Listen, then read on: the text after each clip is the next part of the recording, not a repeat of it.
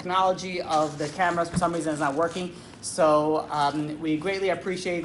There are 2 cameras now being recorded from the phones. So thank you for both of you who are recording it, and may God bless you and subscribe you for an amazing, successful year, as well as everybody else in the room for waiting so long. I should not bang on the table so it doesn't break down. Okay, so now let us begin. Very, very important. Again, my deepest sincere apology. I really feel terrible that we had to wait so long for this class to begin. But now, the topic on hand is something that is very, very important. That people come before the high holidays, before Judgment Day, before Rosh Hashanah, and they start thinking, okay, like, what is it?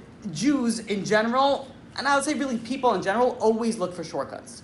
Like, what can we do to become like a righteous person in the next, 2 days? Like, all right, we have 3 days, 4 days, whatever, how much ever days we have left, who's counting? But it's too much. It's like, okay, we can't change our life, but maybe we could do something. And we call it shortcuts, and we call it different, things of what we're going to work on to secure an amazing, successful judgment. The truth is when you think about all these shortcuts, because you look at a bunch of the classes that come right before Rosh Hashanah, right before Yom Kippur, it's like how to make sure that you get a good judgment, right? Like 10 steps to make sure that you succeed in court today. Brought to you by, Abramson and Schwartz. You have this pool of knowledge of like, do this, you'll have a successful judgment. Do this, and we stop for a second. We think, but what is this like?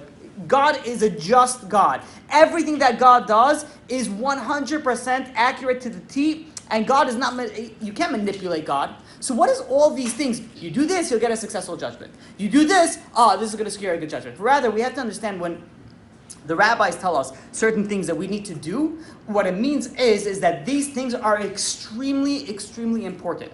And if you do these things are weighted very, very heavily. And hence, when the judgment day comes, then you will be able to go, and because of the additional merit of the important and heavy mitzvot that you did, that you worked on, you will be able to secure yourself a more beneficial judgment for the following year. Now, we have to understand the importance of this. And whenever I speak about these classes, before Rosh Hashanah, before Yom Kippur, when we try to understand how important the day is, we have to really think about it, that everything that's going to happen the next year is going to be decreed, it's going to be written on Rosh Hashanah, it's going to be decreed on Yom Kippur. There's a different lecture, which is not for today. What does that mean, decreed and written, for the righteous, for the not righteous, for the Benonim? In essence, the simplest answer that I could give you is that in regards to what is written and sealed on Rosh Hashanah, that is for the next world. But what is written and sealed for this world, you have from Rosh Hashanah to Yom Kippur to change that. Everybody has that ability to change it. So we're coming in to the next few days. This is where we're able to go and prepare to make sure that we will have an amazing, successful year. To the extent, and again, I say these examples every time to show you how important it is, whether you're going to get married, or whether, God forbid, somebody's going to get divorced. Whether somebody's going to be born, or whether somebody's going to die, God forbid. Whether somebody's going to be a billionaire, or whether somebody is unfortunately going to be going to poverty. Whether somebody's going to be happy, sad, anxious, there's so many different things that we want and that we seek for, and it's all in God's hands. And this following year, it's all going to be decreed in the next few days. And that's something that should really scare us. It should really bring us to a thought, if you have a way to manipulate it, and manipulate is a bad word, but if you have a way to change that judgment, wouldn't you do anything in your power, in your ability to go and change it, to make sure that you have a successful life, a successful year? That's really one of the most important things. It's unfortunate, but it's fortunate at the same time that when we come to Rosh Hashanah, we pray mostly for things in this world. Why is it fortunate? Because we realize that everything comes from God. We realize that if you want to be successful in this world, and everybody wants to be successful, everybody wants to have the most amazing relationship possible with their husband or with their wives.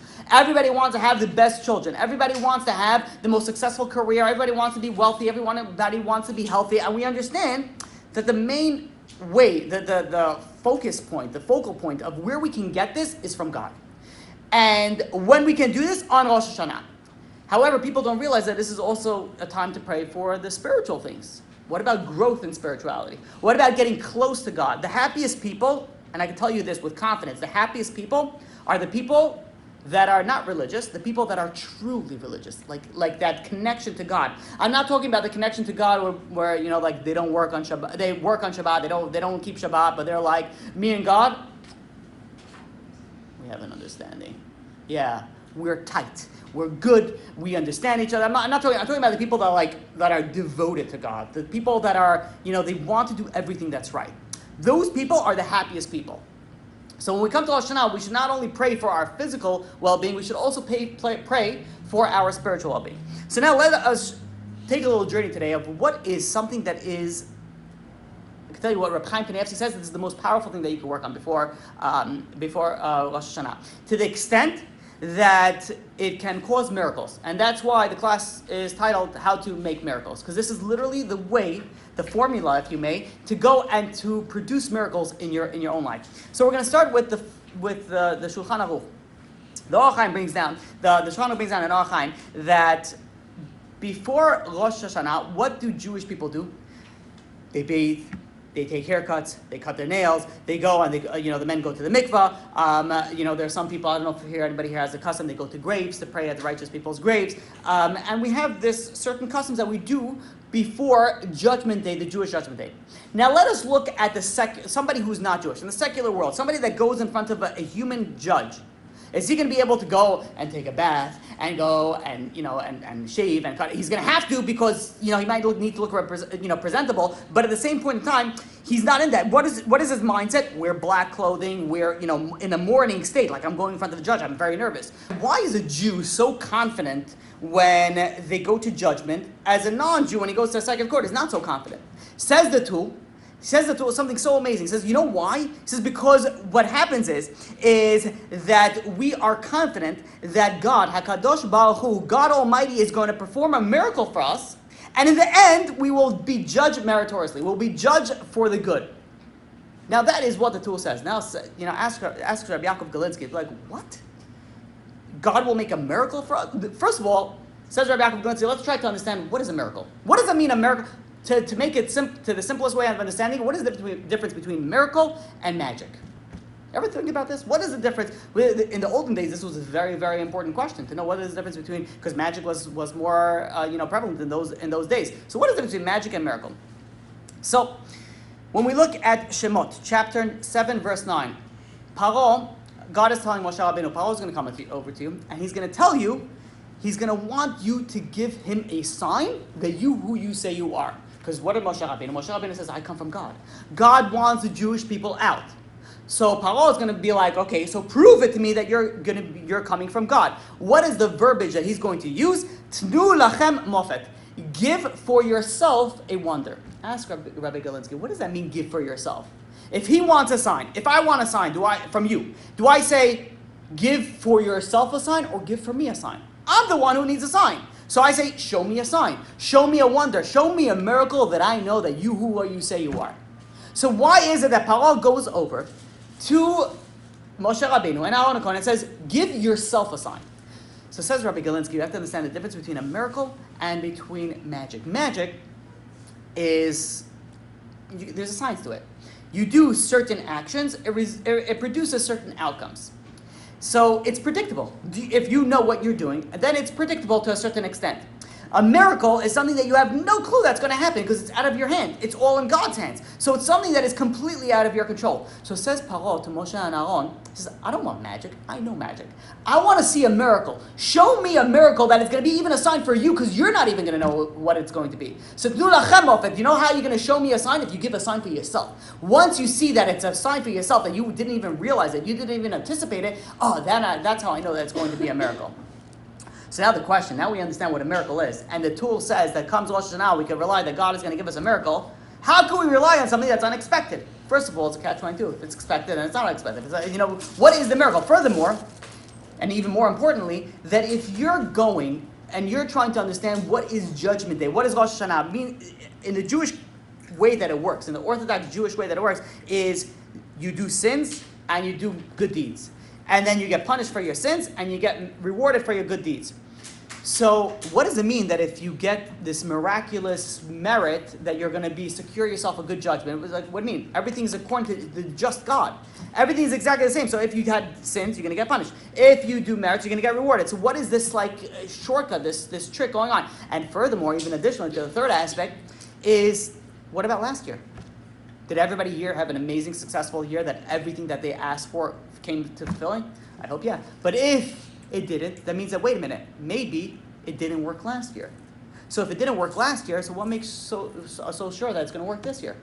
And if it didn't work the year before that, then what's going to make us so sure?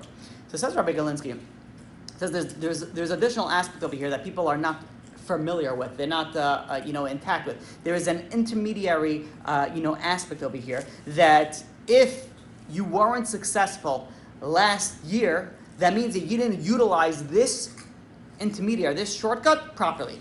So this year, we have to make sure that we utilize this type of let's call it a shortcut, intermediary, whatever the terminology you want to use it, properly to secure a good judgment. So what is this amazing shortcut, this amazing secret that will secure you a good judgment? So the Gemara in Brachot, page 28. Rav Papa goes and asks a question to Abaya.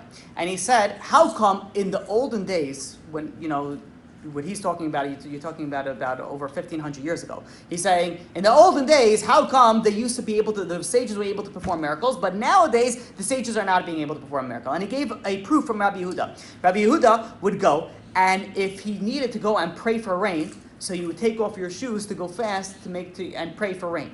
So, in his generation, Rabbi Yehuda would just take off his shoe before he even started fasting and praying. Already the rains came, and in our generation, says Abaya, says Rav Papa to Abaya, says we even have people that are praying and fasting all day, and still the rains don't come. So how is it possible that in the older generations they were able to perform miracles, but in our generations we are not able to perform miracles? So Abaya replied, it says in the earlier generations they were prepared to sacrifice their lives to sanctify God. And what does that mean? Explains Rabbi Galinsky. It doesn't mean that they were willing to kill themselves to sacrifice. Again, it was, but this is not the point that's the Gemara is bringing out. But rather it means that the rabbis, the Jewish people, were so dedicated to serving God that even if it caused them to be humiliated, even if it caused them to go against their natural tendencies, they would do whatever it is that they can to go and fulfill God's will. That's how devoted they were to serving God. Now, we have to understand this, that everything that God does is midah keneged midah. It's measure for measure. If you go and you overcome your nature for the sake of God's honor, then it could be in anything. And it could be in a sense of, we'll speak about soon about embarrassing, and we'll speak about different aspects of it. But if you overcome your natural tendencies and you go against your nature, then measure for measure, God is going to go against the measure for measure, which is judgment. And he's going to go, and what happens when you go against nature, against the regular way? That's something that's called a miracle. So if you go and you do something against your nature, God will go and do something against his nature, and which is A plus B equals C, which is a miracle. So this is the aspect of how to go and to get a miracle in short. Now let's try to go and delve on this, try to understand this. The first halacha in Shulchan Aruch is Yitkaber ka'ari la'amod b'boker la'avodat boro. The first halacha is that when you wake up in the morning, you should jump like a lion to serve your Creator. Now, don't raise your hand, but think about it. How many people use the snooze button? I'll raise my hand. Until I learned this. What happens, especially if you have to wake up early, you're tired, so you hit the snooze, and sometimes you have to have multiple alarms. When you have multiple alarms from different aspects, that's like a little bit of a warning sign. Why is it so difficult to get you out of bed? Either start going to bed earlier, or, just get out of bed. But when you think about it, when you imagine the alarm goes off and you jump up and be like, Moda'ani, and you're going and you're jumping, you do a Negevaster and you're sinking in the rain and again, it depends on the people. That Moda'ani, that's a good thing that you said that. There was a research that was done that you have to, when you wake up in the morning, you can't just get out of bed right away. You have to wait 12 seconds before you get out of bed. I don't remember if exactly it was orthostatic hypotension, whatever. There's a certain reason that they had scientifically that when you wake up, you have to rest a little bit. You have to wait 12 seconds, and then you get up so you don't have a heart attack, you don't faint, you don't pass out.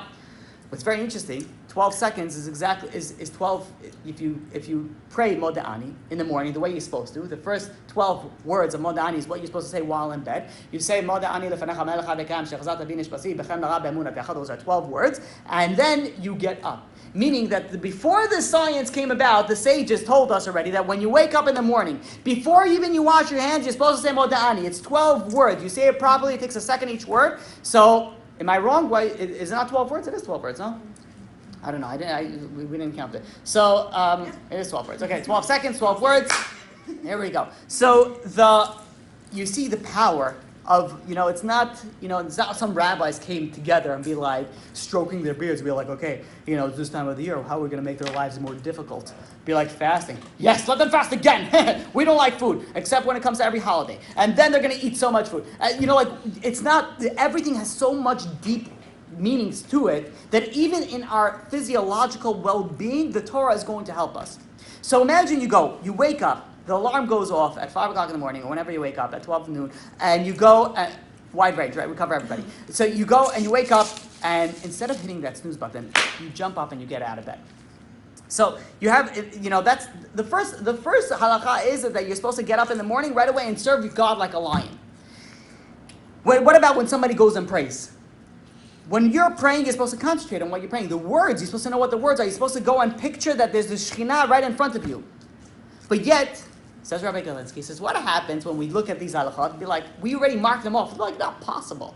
We already, tell ourselves there's no way we're going to do that. It's so difficult to overcome our nature that we already check it off that we're not going to be able to do that. Now I hope you realize the words that I use. It's so difficult to overcome our nature, and we want to hit that snooze button one more time. It's so difficult to overcome our nature because we just got to go through the prayers to go check off the box that I prayed today. It's so difficult to be able to picture that there's God right in front of you, so we just check it off as if we did it. But in a sense, when we understand the difficulties, the hardships in anything in life, and this is how, Rashi explains it, the Gemara explains it, that kol hatchalot kashot. All the beginnings are difficult. Now, when you think about it, let's say somebody, and this applies to everything, let's say somebody wants to go on a diet. When is the most difficult time for them to go on a diet? Right when they begin the diet. That's the most difficult to officially start it. You look at the exercise. When is the most difficult time? Right when they start running, or right when they start, that's the most difficult time. The way that I could explain it for the men, again, this is for the, the camera world. So let's say men go to the gym and they want to work out. So there's something called a bench press, where you sit on a bench and you take heavy weight, or whatever, depending on the weight that you're able to. For everybody, I'm assuming it's heavy. And they bring it down and then bring it up, right? It's this motion. Where is the most difficult part? When you lift it off, it's okay. You lower it, it's also okay. The point of difficulty is where you have to change. When you have to stop going from down to going back up again. When you're lifting something heavy, where is the most difficult part? It's that initial lift that is that's the difficult part. The part of the change, that is the most difficult. But once you already lifted that, and you go down and you start lifting it up, after you pass the initial hardship, already it's a little bit easier. You have the momentum, you have the power to go through it. So this is what the Torah is telling us, the sages are telling us, in the beginning, all beginnings are hard. If it's so difficult for you to go and you want to hit that snooze button, you can't concentrate on your prayers. But in the beginning, it's very difficult. But the second that you start it, the second that you start, let's say, dressing modestly, the second that you start praying, the second that you start keeping Shabbat, after that initial hardship, then it's smooth sailing. Then it gets a little bit easier. So when we go, and we have the opportunity, we have the next few days to go and utilize something, anything that you want, change your nature. Even in the aspect of relationships. So sometimes that, somebody comes in, let's say your spouse or a family member, and sometimes even friends, they come in and you're like, you just see their face and you're ready, your blood pressure, like through the roof. And be like, I just hate you so much, if I could kill, there's certain people that work on changing your nature. Work on anything that it is that you can to become a better Jew, a better person, and change your nature. This is the power that you need to focus on coming Rosh Hashanah. Show God that you could change who you are. Because if you change who you are, then God will change the way the nature works in regarding to judgment. And you will be worthy of a miracle. Now, of course, like everything, there are certain things that our change is more difficult and more easier. The more difficult it is, the greater the reward. The more easier is, the lesser the reward in the aspect of the effort that is put into it. So, we also have to understand that when we're dealing with this, God is not expecting everybody to be 100% successful. Even if you're partially successful, that is already a huge success. So whatever it is that you could do to change your nature, even partially, is already is something that you could induce a miracle that will come to you. There's a Mishnah in Pirkei Avot, in the 4th chapter of Pirkei Avot, that Ben Zoma says, Ezu HaChacham, who is somebody who is wise, halomed mikol adam, who learns from other people. there's a whole class we can give just on this, but just to understand the basics of it, is that what is considered a wise person? Let's say you want to open up a business. So you want to go to a certain type of business. A smart person will look at other businesses, similar, see how they failed, learn from their mistakes, and say, I'm not going to make that myself. So who is a wise person? Somebody who learns from other people. Now, it doesn't have to be only for the mistakes. It could be for the positive. It could be like, look at this person. Look how successful they are, spiritually, physically, emotionally, intellectually, whatever it is that you want. Look how amazing and successful they are. Let me take something from them. Let me learn something from them. In life, it's very unfortunate that we learn from our own mistakes. The younger that you are, the more that you need, unfortunately, to go through your own mistakes. But as you get older, if you want to get smarter and you want to skip a few steps, stop making your own mistakes. Look at other people's mistakes and be like, you know what? I'm not going to do that. You see other people, and I'll give you just one example. You see somebody, let's say, unfortunate that I get this. I get phone calls, and they say, okay, can you help my son or my cousin, my nephew? They're dating a non-Jew, and they're about to get married. Can you do anything about it? And I'm like, do you know how difficult it is to speak to somebody intellectually when they're so involved in emotions? You can't comprehend. If somebody is already emotionally so invested in a partner that they want to get married, all of a sudden, this is when they wake up to call a rabbi. Hey, rabbi, can you go and try to help my son to go? Be like, what do you want me to go? Drug him and get him out of this relationship? I mean, granted, I would love to speak to him or her, whatever it is, and we have the conversations, and it goes in different ways. But you have to understand something. When you step up so far out of the line, and then you wake up, what I tell people is like, first question that I usually ask, did he go to public school or to Jewish school? 9, 8, 7.5, no, 9 out of 10 times, it's public school. So I'm like, what did you think? You go and you put him with a bunch of goyot, with a bunch of non-Jews, and the non-Jews, or in the secular world, they concentrate, they say, L'shem Yuchud, I'm going to go and make sure that they take off their clothes before they leave the house, and then they go in the house, and then you have a young kid who has the emotions and the chemical, whatever you want to call it, of a teenager, and he goes and he sees a girl over there, and you think, why shouldn't he fall in love? Why shouldn't he? What? It doesn't make any sense if he doesn't. So now you're waking up, you should have woken up before. Why did you send him to public school? Why did you send her to public school, and then you're complaining that she's going to want to marry Jesus?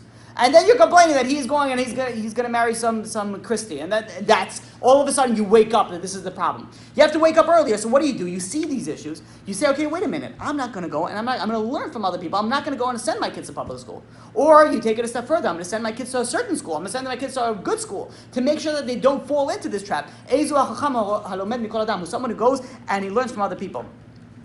The Mishnah Pirkei Avot goes on. It says, "Eza hagibor hakoveshes yitro." Who is somebody who is strong? Somebody who overcomes his inclination. And the Mishnah goes on to a few other things. But the question that is asked is, why did Ben Zoma start off the question? Who is wise? He who learns from other people. Who is strong? He who overcomes his inclination. Just say something very simple. You want to know who's wise? Somebody who learns from other people is wise. Somebody who overcomes his inclination is strong. Why did the Chacham, why did the great sage, Ben Zoma, go and say, start off the question? And the answer is that there are certain people that are destined. It's not certain people. Everybody is predestined. There's predestination, meaning that when you're born, it says already if you're going to be wealthy, if you're going to be healthy, everything is already pretty much decreed. But it says, Ben Zoma says something so amazing. It says, even somebody who was decreed, let's say, to be a foolish person, but if he goes and learns Torah, if he goes and he learns from other people, then he's going to be able to go and be a wise person. He's going to be able to be a chacham. Meaning that if he goes against his nature, and if he goes and he follows up on things that wouldn't be, he was able to go. Somebody who's strong, somebody who overcomes his inclination. Let's say somebody's weak. He doesn't have the ability to overcome his inclination. But he works on himself and he tries to overcome his inclination. He's going to end up going from weak to strong, even if it was predestined for him to be weak. Because he has the power. So that's why the Ben Zoma goes and starts says, who is strong? You want to know who is strong? Anybody can be strong. It all depends on you. If you put the effort, if you put the work in, then you can accomplish anything. No matter what it was decreed on you in before you came to this world. And this is the concept. When we go and we try to overcome our nature, when we go then we have the ability to destroy our enemies up on top. The prosecutors, the angels that go and they want, the Satan that wants to go and cause us to have troubles, to cause us to have problems, we have the ability to go and overcome all of this. And this is the concept. When you go against your nature, then God goes against the nature of judgment, and you're going to be able to be worthy of miracles. Says Reb Chaim Kanievsky. Says one of the most important things, character traits, to strengthen in preparation for the judgment day is something called vitul, levatel, mevatel. Means to somebody that is able to go and give in. Somebody who's able to give in. How important this is in marriage, I cannot even begin to tell you. In relationships, in friendships, in partnerships, how important it is to give in. The Gemara tells us, the sages tell us in Rosh Hashanah, page 17a, that kol ha'ma'avir al midotav ma'avirin lo al kol pesha'av. Somebody who goes and forgoes the reckonings, forgoes the calculations and the accountings that he has for others, the injustices that were done for him, then the court forgoes all his punishment. Meaning that if someone does not insist on demanding what's due to him, this is what I deserve. You did this to me, I need to get this. If someone is giving in, someone is not willing, it's not going and chasing after everything that you owe me, that type of person is able to go and able to get removed all his sins. Ma'avirin lo al kol peshav. All his sins get removed. This is what Reb Chaim Kanievsky goes and adds. By the way, this is to understand that somebody who readily forgives somebody. Let's say somebody hurt you. And if you are able to go and forgive that person, that shows the giving in. That power that you have, and we'll soon explain with a few stories, that power that you have is so powerful that it has the ability to go and erase your sins. Now Reb Chaim Kanievsky goes and adds, and he says that if one forgoes one's own desires in order to give for others, this demonstrates wisdom. Somebody who's a fool always is a stubborn, demands that everything goes according to his way or her way. Says, no, everything has to be exactly like this. But a wise man, a wise person knows that they are able to overcome the desires, and once they overcome the desires, they're able to get a lot more than the other way. And Rabbi Chaim Kanievsky brings down from the Abba Rabbi Nassim that it says, who is a strong man? Somebody who makes his enemy his friend. Now, what does that mean, somebody who makes his enemy his friend? He brings a story down from Shmuel Nagid. He was a leader in Spanish Jewry, and he was a close advisor to the king. And the king was one time walking with Shmuel Nagid, and there was a person over there that went and insulted this rabbi in front of the king. And the king was so hurt, so disturbed. He's like, this is a close advisor to the king. He says, he's so hurt by it. He said, go, thank you. That's what I've been thinking to do for a long time. So he goes and he says, this person insulted you? Make sure you go and you cut out his tongue. Cut out his tongue because he doesn't deserve it. So Rabbi Shmuel goes, and instead of cutting out his tongue, he started becoming very friendly with this person. And he showered him with like graciousness, and this person saw how amazing this rabbi was, that instead he started treating him with respect. Then another time, a short while later, the king was walking with Rabbi Shmuel Nagid, and they saw the same person walk fast by. And this person goes and starts singing praises to this rabbi. So the king says, I don't understand, I told you to cut out his tongue. How is he still able to speak? And Shmuel Nagid said, I did something even better. I took out his bad tongue and I put in a good tongue. All of a sudden, before he came in with what? With anger, with problems, and now all of a sudden he's singing praises. Because a wise man knows, says Abba Nassim, you make your enemy your friend. Now, Reb Chaim goes and concludes and says that if the people that are able to give in to others, they save themselves from anger, hatred, fighting, and ultimately they save their family from tragedy. By the way, Reb Chaim Kanievsky is the greatest sage in our generation. If you want a little hint, take this. Take this hint. So, when we think about it, we don't know how much we lose by holding a grudge. Sometimes I know that girl there. When we were in preschool, she can share her crayon with me, and I hope that her blah, blah, blah. Some people hold on a grudge. Hold on a real, to the extent of for years. But you think that, okay, this is what you can't give out, you can't forgive. You don't know what you're losing out when you go and when you forgive. Rabbi Chaim Kanievsky goes and brings down from the stipler. Here. Rabbi Chaim Kanievsky goes and he brings down from his father, the stipler going, and said that, people will come in, and it's very common that if, let's say there's a number of siblings, especially girls, that the girls get married in the age in the order, basically in the age. So the older girl gets married, and in some families the younger girl doesn't even start dating until the older girl gets married. So the Stipler goes and tells these people, says, if you want to go and you want to give a good merit for the younger girl, for the older girl, let the older girl go and give in, and say let the younger girl go on date and get married, and that is going to, because she's giving in, that is going to cause a tremendous merit for her to be able to find her zivug, her shidduch. And the Gemara in Psachim, page 113b, says one of the people that Hashem loves is one who does not insist on his due measures. He's able to give in.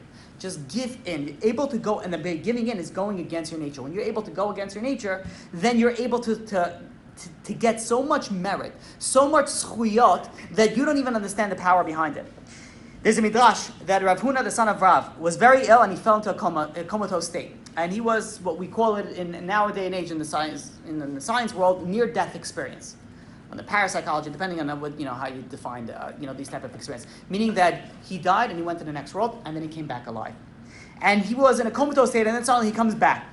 And they went over there, the students went over there and says, our teacher, tell us, how are you exonerated? How did you go into the next world? And how did you come back? So you know what he said? He said, fortunate is a person who does not insist on his due measure.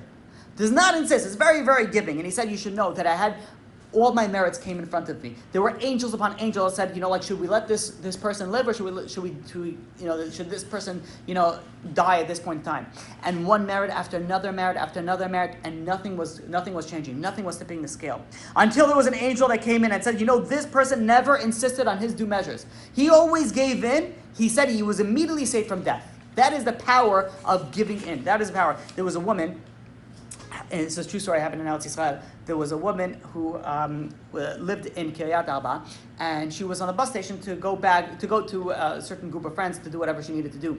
And suddenly she was sitting in the bus station, and she felt this, I don't know if anybody ever felt like this feeling of something bad is going to happen, this impending doom. And she was a rational person, so she wasn't just going to walk off.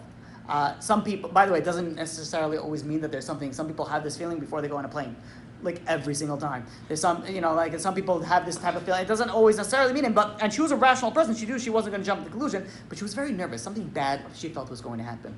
So she calls her husband, and it rings. She says, what's she going to tell her husband? Listen, I feel like something bad is going to happen. What should I do? She figured her husband's going to calm her down, and she's going to be able to continue on with her day. But it rings, and it goes to voicemail. He's not answering the phone. So she's sitting over there, she's waiting for the bus stop, and she's holding her phone because she just called her husband. She just attempted to call her husband. And suddenly, she sees a woman run up towards her, and she's like, call the police. And she's in a state of shock, which is what every human does in a state of emergency, is just freeze and not do anything. And she's like, okay, why? And before she knew it, this woman who was just running at her, telling her to call the police, started becoming a professional boxer. And she started punching her. The first punch went right into her face, and her glasses just flew off. And then she punched her again and again and again. And she was frozen, also in a state of shock. She didn't know, someone just hitting you, She's backing up, and this woman is punching her, hitting her, slapping her, pulling her hair, doing everything terrible. And suddenly she is able to compose herself, and she's able to catch one of her wrists. And the woman is beating her with the other wrist. And finally she catches the other wrist until she settles down and she runs off. The second that the woman calms down for a second, she just bolts on the first bus. Wherever this bus is going, I'm on it. She just runs on the bus. She grabs her glasses and she runs on the bus. Meanwhile, a man goes over to her. And what is the first question that he asks? He says, what did you do to this woman to cause her to hit you like that? The first thing that you think about, she must have done something. And she was so humiliated. And she looked around, outside over there. There was 20, 30 people that were just sitting there and watching her. She was so embarrassed. And she's like, I didn't do anything. And she gets on the bus, and another person says, why did you cause this woman to hit you? Why can't you just be a normal human being? She's like, I didn't do anything. Imagine the pain that she's going through physically and then emotionally, and then it's all her fault. So she's sitting over there shaken up. She assesses her damage. Her glasses are broken. She's bruised up. And she gets on the bus, happens to be the bus that she needed to get on, and she goes to her friends. She meets up with her friends. She tells everything that happened to her friends, and her friend, while she's talking, her phone rings, and it's her husband. Her husband was a sofer stam. He was a sofer. He wrote Torah scrolls, mezuzot, tefillin. And whenever he's writing, he puts his phone on the side to make sure not to interrupt his thing. When he took a break, he saw that his wife called him, and now he calls her back. And she says, you don't know what happened. And she's break down crying. She's like, this woman was crazy. And she started hitting me. And then I ran off and everyone's blaming me. And he's like, okay. don't go home. Come visit me at work, and we'll go home together. And his work wasn't so far away. And she composed herself, and she said, fine. As she's coming in, he was also felt that he worked in Jerusalem. He worked in a certain place that every few days it was a big rabbi, Rabbi Gross. He was a dayan, a judge from Belz. That he would go and he would come in to answer any questions that they had on a particular, on the parchments or anything that they were working on. So he sees that he happens to be there today. He says, listen, you don't know what just happened to my wife. He goes, this is his rabbi. He says, she just went over there and X, Y, gives her the whole story. He says, listen, when she gets here, first thing that you do is calm her down. After you calm her down, I want to speak to her.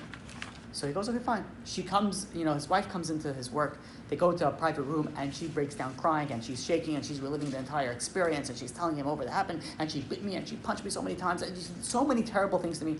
And everybody thought it was my fault, and she said, the biggest hurt was not the physical pain, it was the embarrassment.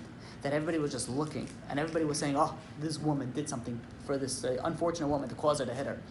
And he said, after she calms down, the husband calms her down and says, listen, I told this to the rabbi, my rabbi, Rabbi Gross, and he said he wants to speak to you. Are you able to go and speak to, we'll go together? And she's like, yeah, let's speak to the Rav.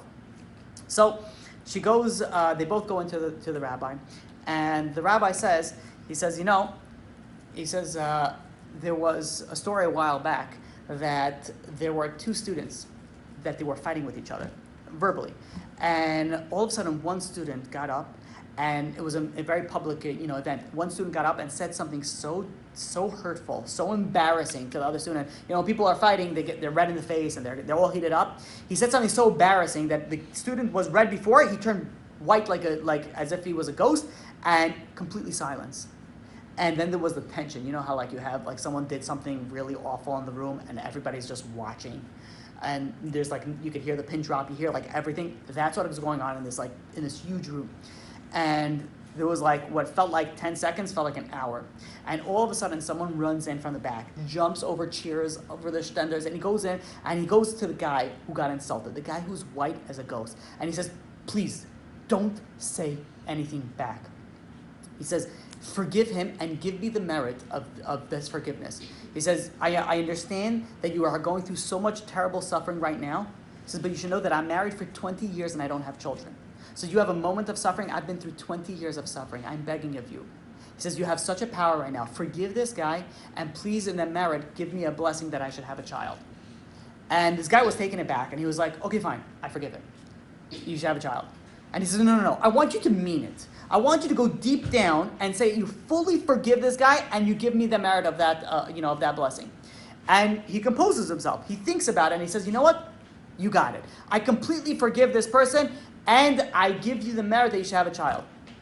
This is the rabbi saying the story. Says this Rabbi Gross. He said, this morning, I just came back from the brit of this couple. They had 9 months later, to date, they had a child, and I was just at the brit today. He says, it's no coincidence, it's hashgacha pratit, it's divine providence that I was there today and this story happened today. He says, what I can tell you to do is work on yourself. Go home, calm down, work on yourself to forgive this woman. And once you and your husband forgive this woman, then go and ask God for whatever it is that you most need in your life. So they go home, and the woman works on herself that night, and she brings herself to a point that she would go and to a 100% complete forgiveness. And then they went, and her and her husband prayed for something they'd been praying for a very, very long time, and that's a son. And 9 months later, they had a son. This is the power that you have, that even if something is decreed that it shouldn't happen, 20 years they didn't have any children. People give up at that point in time. But you have the power to make a miracle when you give in, when you change your nature. Because what's the nature when someone embarrasses you? Oh, you want to fight back. Your husband says something to you. Your wife says something to you, and you want to tell, but you hold yourself back. You change your nature. The power that you have no idea. We look at this, and this is the power of Rachel Imenu, something that we spoke about previously. You look at it, there's a midrash that goes on and says in the time, 10 minutes should be done, give or take. I'll tell you when it starts. There's a midrash that Rav Shmuel Bar Nachman goes and explains, and says when the Bet HaMikdash was going to be destroyed, it didn't look good for the Jewish people. And Avraham Avinu comes up, And he goes to God and says, God, in my merit, please save the Jewish people. And God says, I'm sitting in a seat of judgment, in a seat of din, nothing doing. Yitzchak Avinu, who was willing to sacrifice himself, literally laid on the altar to go and have his neck slaughtered by his own father for the sake of God. And you know what God told him? Sorry, I'm in the seat of judgment. There's nothing I can do. Yaakov Avinu, going and living with Lavan, going and being chased by Esau, says, I did everything for you, God. He says, please, in my merit, please go and let the Jewish people survive. Let the Jewish people be able to continue. And God says, I'm sorry. I'm in the seat of judgment. Then Rachel Imenu, Mama Rachel, comes in. And you know what she tells God? She says, you know, God, I was supposed to marry Yaakov. And then what happened? Lavan did this switch around. And he wanted my sister Leah to marry Yaakov. And I said, no, I'm not going to do it. We made secret signs, me and Yaakov, because we knew this was going to happen. So Yaakov would have known who is going to be, which sister is going to be. So we made secret signs. But then I felt bad. Then my own sister is going to be embarrassed. So she's going to get up in the chuppah over there, and Yaakov is going to be, what's the sign? She's not going to know the signs, and she's going to be embarrassed. So she goes and says, I changed my nature. And I said, you know what? This is what's going to happen. I don't want her to be embarrassed. And she gave her the secret codes. She gave her the signs. So that Leah doesn't get embarrassed. And she married her husband. But it doesn't stop over there. Many years go by. Leah has kids. Rachel does not have any kids. And she wanted more than anything else. She just wanted a child. And then suddenly, Reuven, Leah's firstborn, comes in with something called dudaim. Dudaim is a certain plant that has the power to go and make a woman and a husband very, very fertile to produce a child. And she goes over to Leah and says, I see that your son got this special plant, this special medicine. Please, I don't have any children. Can you please give me this plant? And you know what Leah says? Leah says, you went and you stole my husband. Because what happened? After Leah married Leah married Yaakov, Rachel went and married Yaakov also. So you know what Leah told her? Leah told her sister, you stole my husband. I was married to him. Why did you have to go and get married to him again? In addition. And not only that, now you want to take my dudaim? What would be the normal response at this point in time? Rachel should go over to Leah and be like, I stole your husband? Hold my earrings. Hold my baby. It's like, let's take this outside. You stole my husband. That was supposed to be my husband. I gave you the codes. And the whole thing should have gone out. But you know what? Rachel didn't say anything like that. Rachel did not say one word about what happened. Leah never, ever realized that Yaakov was supposed to marry Rachel. She always thought that she was the one that he was going to marry. And to the extent that, you know what Rachel said? Okay, listen, Yaakov is supposed to be with me tonight. I'll give him to you. Let's do the, switcheroo. And that's how they went there. Rachel went.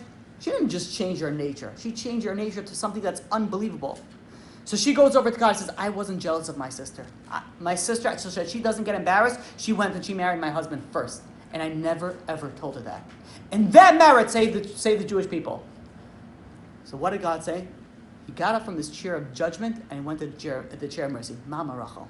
That is the power of Rachel Imenu. You want to know why? Because she went against her nature, something that was so difficult that midah keneged midah, God goes against the nature of judgment. You want to have the power on Rosh Hashanah. You want to have the power. Figure something out, even if it's something small. Change your nature for God. Change your nature to go and follow the Torah. Do something that you're able to go and change and show God, look, I just changed my nature. So please, in that matter, please change the nature of the judgment and make it turn into a miracle. Make it turn something that is going to be beneficial for me this year. I want to finish off with two final stories. And then another thing, and then maybe another. Okay, well, we'll see. So the 10 minutes starts now. Okay, so there was once a king who ruled with like an iron fist. Like you sneezed, you just like made sure you did like everything right. And the king had what he called it was the pit. It was in a huge coliseum, and he had a bunch of wild animals in there. He had like snakes and alligators, but like not just the king cobras. He had something, the inland tilapia, what is it called? The inland taipan, which is a snake that is like 30 times more poisonous than the cobra snake. And he had the most exquisite, dangerous animals in this pit. And anybody that had a judgment of having a death penalty, everybody got to gather around. Instead of getting hung, they got thrown into the pit, and it was entertainment for everybody who, in those days. And then once, in every 10 years, he made an offer that for somebody to go in from one side of the pit and to go through the entire pit and come out the other side, if they're able to do that alive, then anything that they wish for will be granted by the king. If you want to be a multi-billionaire, granted. You want to be the second to the king, you want to have power, granted. You want to marry the king's daughter, anything that you want, minus just becoming the king himself, anything is on the table.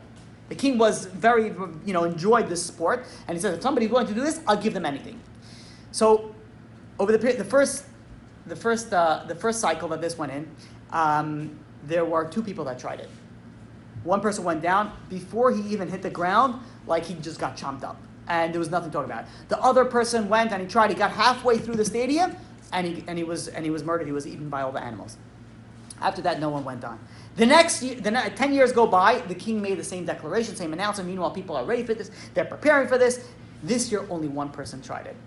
He went in. He got also halfway. Tried to dodge it. He tried to wear different colors. Whatever. Nothing worked. He got halfway, and he was murdered by the animals. Then came the 3rd year.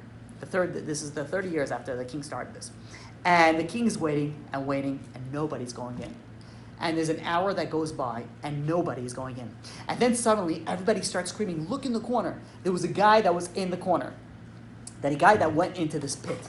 And the guy was like, you could see him. He was like, he was in the zone. He was like, and he was going, and he started, instead of just running across where everybody else did, he did something else. He tried to climb back up that wall. He's like, I changed my mind. He wants to climb right back up the wall. But as much as he jumped, the wall was too high, and he couldn't hit the top. And as he's jumping, an alligator, a crocodile, whatever, goes in and tries to grab him.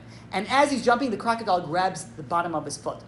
And the crocodile is chomping and he's squeezing him out, and he's thinking fast. He undoes his laces, and the crocodile goes and grabs this shoe, shuffles back, and there's, there was like the white sand, and there was a big dust of sand that came from the crocodile. Meanwhile, all the animals thought that this crocodile got this piece of meat. So all the animals were just like now on top of this crocodile. And meanwhile, this guy is sitting all the way in the corner, just like sitting over there and watching everybody devouring his shoe, thinking that this is where the meat is.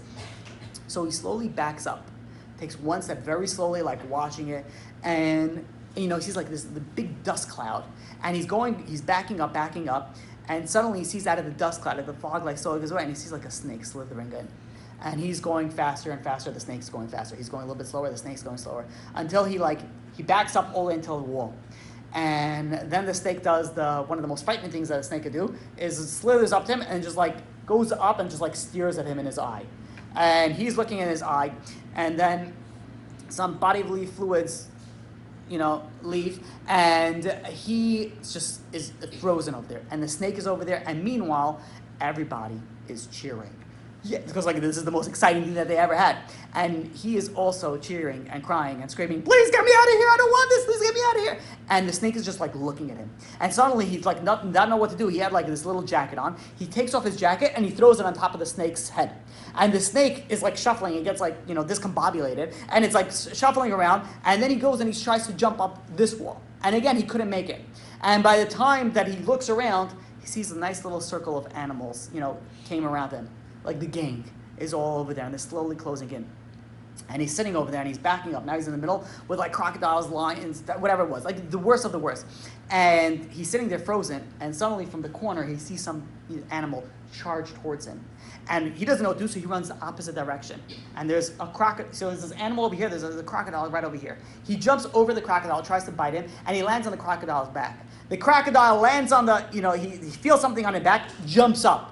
He jumps up, and all of a sudden he sees the edge right over there. He jumps up and he grabs onto the edge with one hand, and then it's like he's holding by like his fingernails. And slowly, he's able to pull himself up, and he goes over. And the crowd goes wild. Like this is the first person that made it across. And the king runs in, and this guy is shaking. He is shaking. The king comes across, and everybody's waiting, because the rule was the first request that you make coming out of this pit is granted. And that's it. First request is granted. And he's taking deep breaths, and he's looking around, and he starts screaming, who pushed me in? Who pushed me in? That person is going to pay. Oh, there was going to be so much trouble that's going to go to this person. And the king is listening and says, granted. That's your wish. Your wish is my command.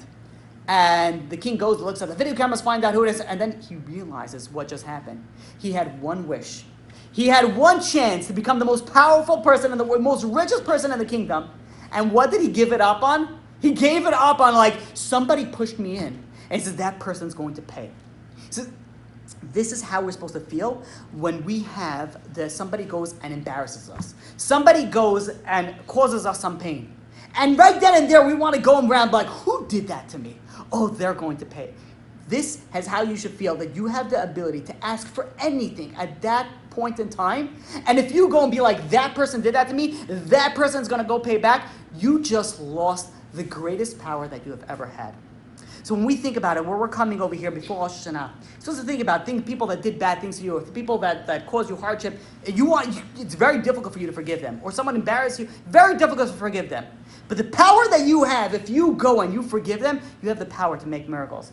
There was a story that Harav David Yosef brings down. David Yosef was the son of Chacham Abaya Yosef. That this is about 20 years ago. That he said that he overheard on the radio somebody speak about Rav Kaduri. Now it's in the news. Anybody who's familiar was reading the news about Rav Yitzchak Kaduri regarding Mashiach. Whatever. We're not going to get into that. It's not the topic for today.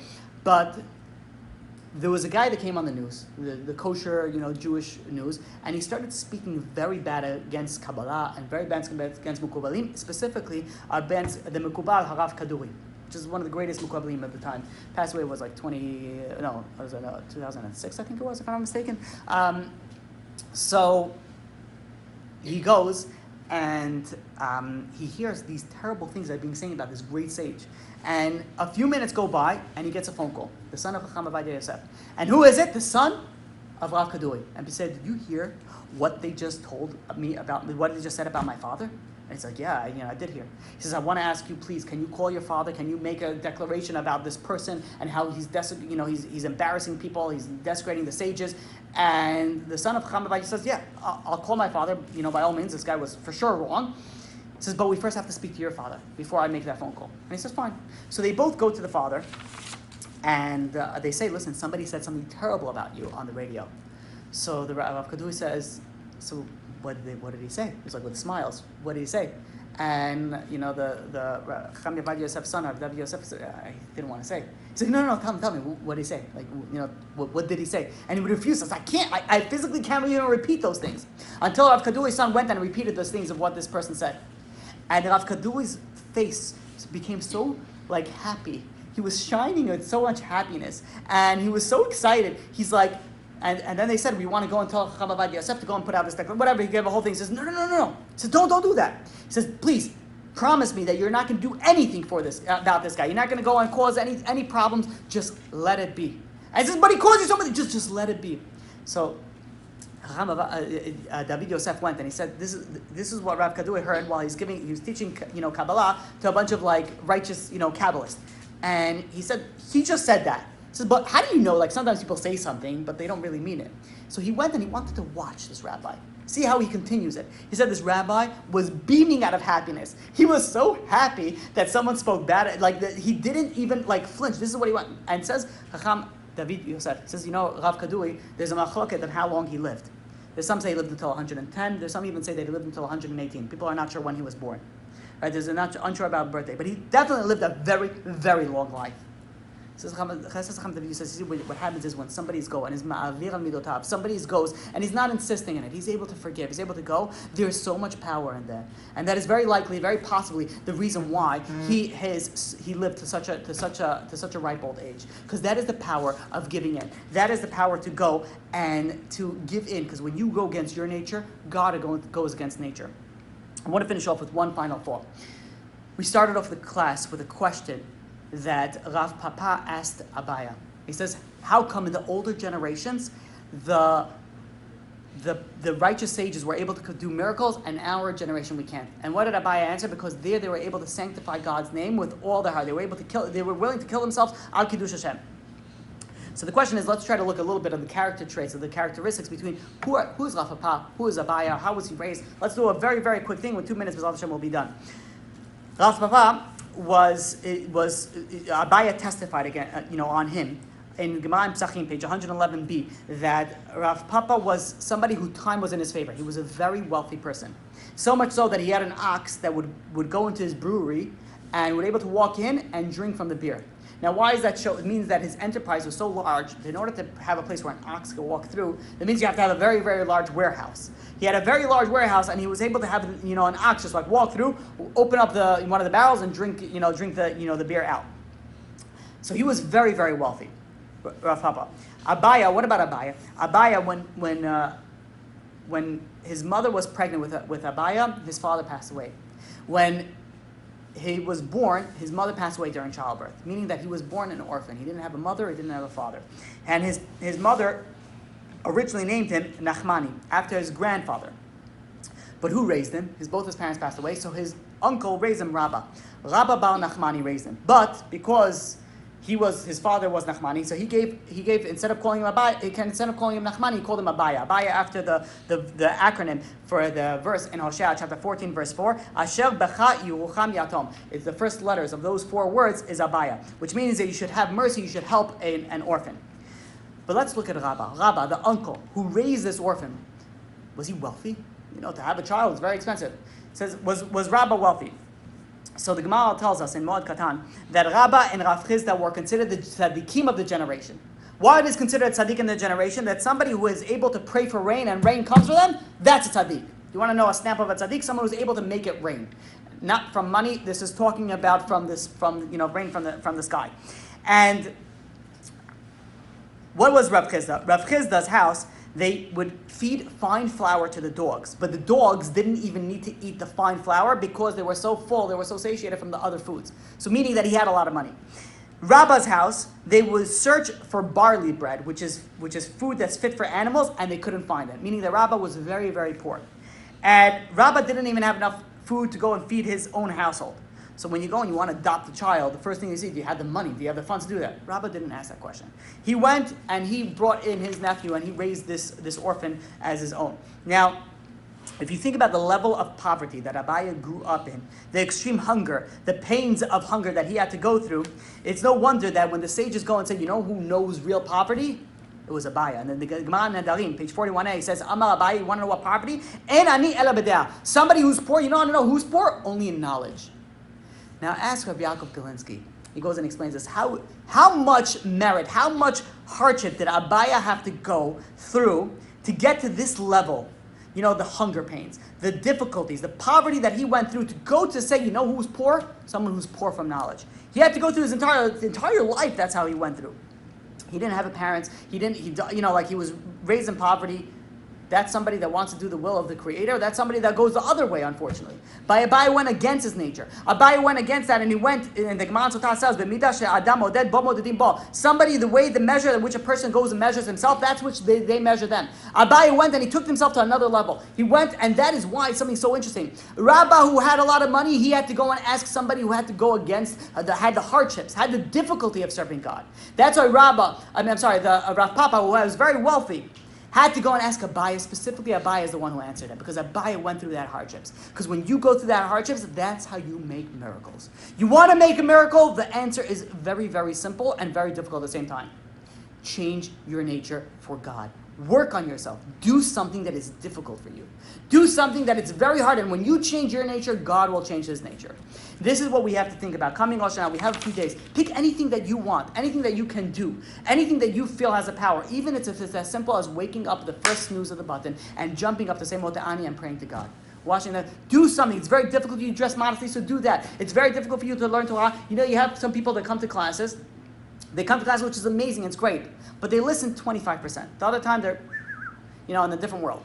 So if it's difficult for you, focus. You're in the zone. Just go. When you're praying, think about what you're praying.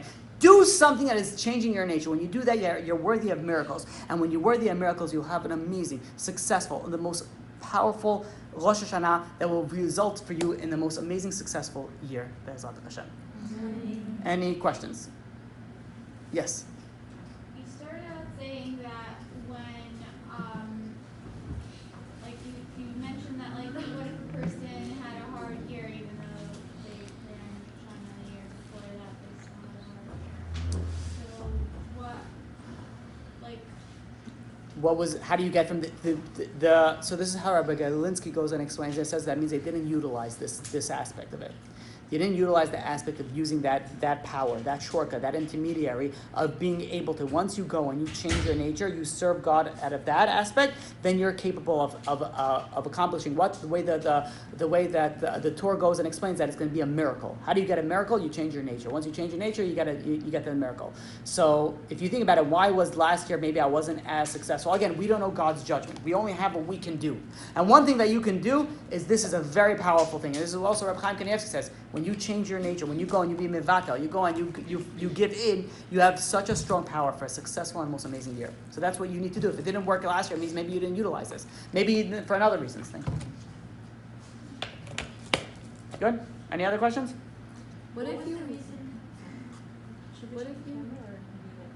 I believe that's fine. What if you intentionally put your alarm earlier so that you could have that? That's just making sure that you don't. I utilize this as an example. It means changing your nature. So some people need to snooze, but if you could do that, if I could wait and then. Yeah, it's something. Is it something? I guess so. Yeah, it's something.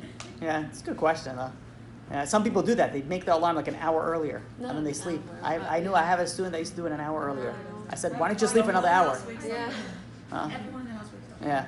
And it's not usually those type of alarms are the ones that, cause hurricane warnings. It's not like classical music. Yeah.